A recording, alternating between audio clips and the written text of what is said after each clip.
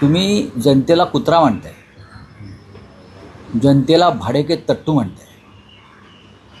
याच कुत्र्यांना हाडं टाकून तुम्ही मतं घेतलीत का?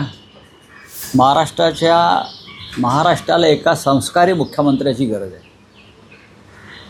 संस्कारी सध्याच्या मुख्यमंत्र्यांचे आणि त्या आधीच्या मुख्यमंत्र्यांचे संस्कार काय आहे हे गेले 4 वर्ष महाराष्ट्रानं अनुभवलं आहे. तुम्ही जनतेला कुत्रा म्हणताय, जनतेला भाडेके तट्टू म्हणताय. याच कुत्र्यांना हाडं टाकून तुम्ही मतं घेतलीत का? आणि या जे भाडेके तट्टू आहेत, या भाडेके तट्टूंना विकत घेऊन तुम्ही सत्तेवर आलात का? देवेंद्र फडणवीस हे एखाद्या सुलतानासारखे वागत आहेत. सुलतान, मोगल काळातले सुलतान असे वागायचे.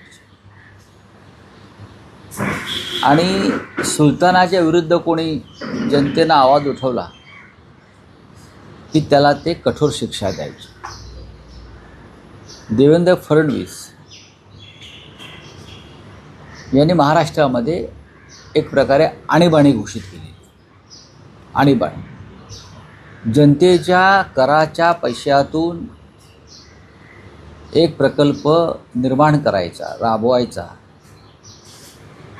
त्याच्यामध्ये मूळ किमतीपेक्षा जास्त किमतीनं तो प्रकल्प पुरा करायचा. म्हणजे जनतेच्या पैशातले 200-500 कोटी रुपये खिशात घालायचे.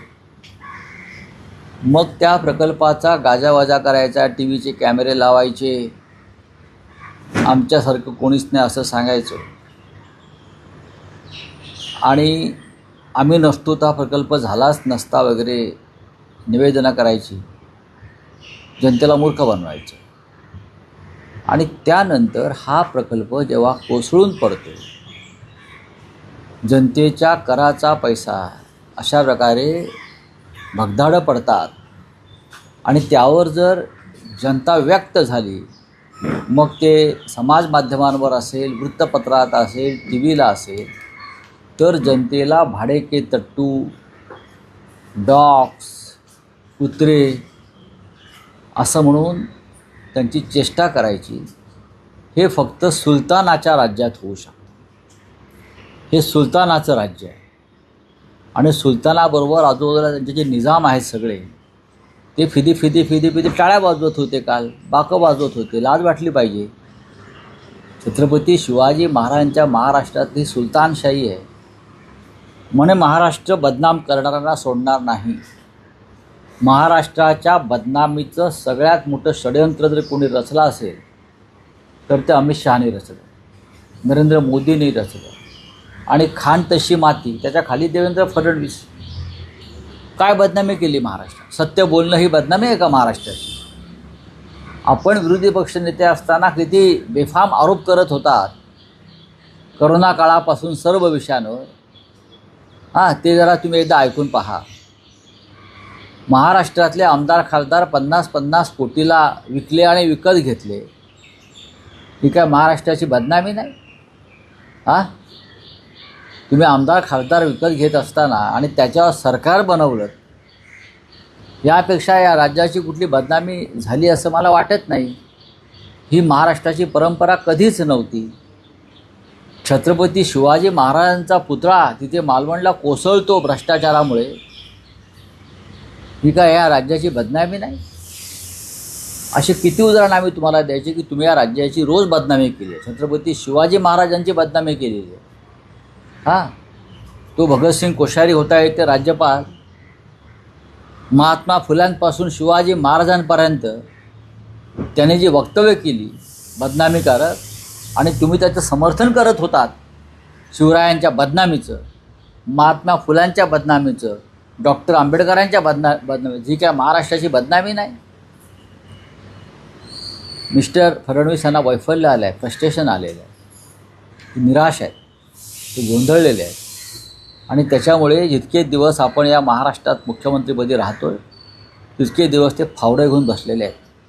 बस पैसे काढायचे ठेकेदारांकडून काल ज्या पद्धतीनं त्यांनी महाराष्ट्राच्या जनतेला कुत्रे, भाडेके, तट्टू, पत्रकारांनाही त्याने म्हटलेलं आहे. खरं म्हणजे तुमच्या राज्यामध्ये रोज खून, मारामाऱ्या, हत्या, बलात्कार होत आहेत. ही राज्याची बदनामी नाही का?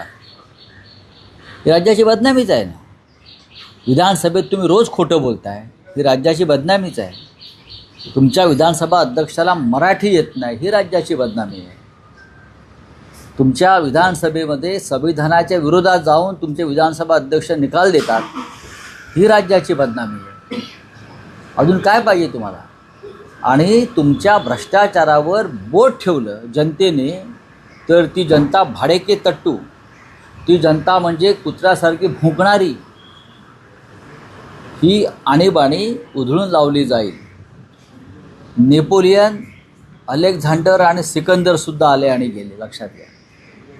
कोणताही स्वतःला जगज्जेता म्हणणारा या भूमीवर टिकला नाही. आरएसएसचा इतिहास त्याने वाचूनही लिहिलेला नवीन. खरा इतिहास वाचावा देवेंद्र फडणवीस यांनी. खरा इतिहासाचं पुस्तक त्यांना मी पाठवतो. आणि महाराष्ट्राची जनता ही वाघ आहे, शूर आहे, लक्षात घ्या. आज ती शांत दिसते आहे तुम्हाला. तुमच्यासारखे चोऱ्या माऱ्या करून सत्तेवरती आलेल्या लोकांनी सगळ्यात जास्त या राज्याची बदनामी केली आहे. तुम्ही सरळ मार्गानं सत्तेवर आलेला नाही आहात, ही या राज्याची बदनामी आहे. तेव्हा देवेंद्र फडणवीस यांनी या राज्याच्या जनतेची माफी मागायला पाहिजे. त्यांना कुत्रा आणि भाडेके तट्टू म्हटल्याबद्दल या राज्याच्या स्वाभिमानी जनतेचा